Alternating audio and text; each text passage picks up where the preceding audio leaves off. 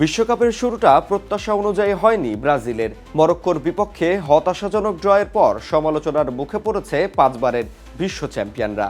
তবে সেই হতাশা ঝেড়ে ঘুরে দাঁড়ানোর দৃঢ় প্রত্যয় নিয়েই হাইতির বিপক্ষে মাঠে নামতে যাচ্ছে সেলেসাওরা।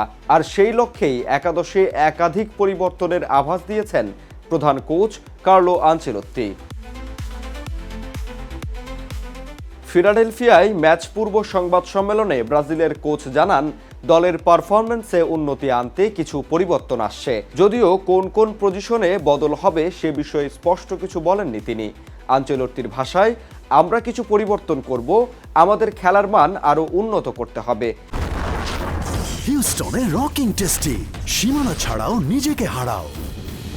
এই দল আরও ভালো ফুটবল খেলতে সক্ষম এবং সেটাই আমরা দেখাতে চাই।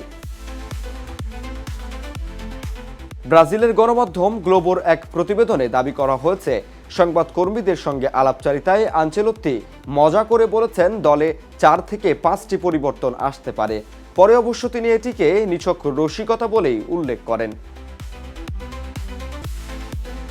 মরক্কোর বিপক্ষে ম্যাচে রাফিনিয়া, ক্যাসেমিরো সহ বেশ কয়েকজন তারকা নিজেদের সেরাটা মেলে ধরতে পারেননি। ফলে তাদের জায়গা নিয়েও আলোচনা শুরু হয়েছে। তবে প্রথম ম্যাচে পারফরম্যান্সের ভিত্তিতে কাউকে বিচারের পক্ষপাতী নন ব্রাজিল কোচ।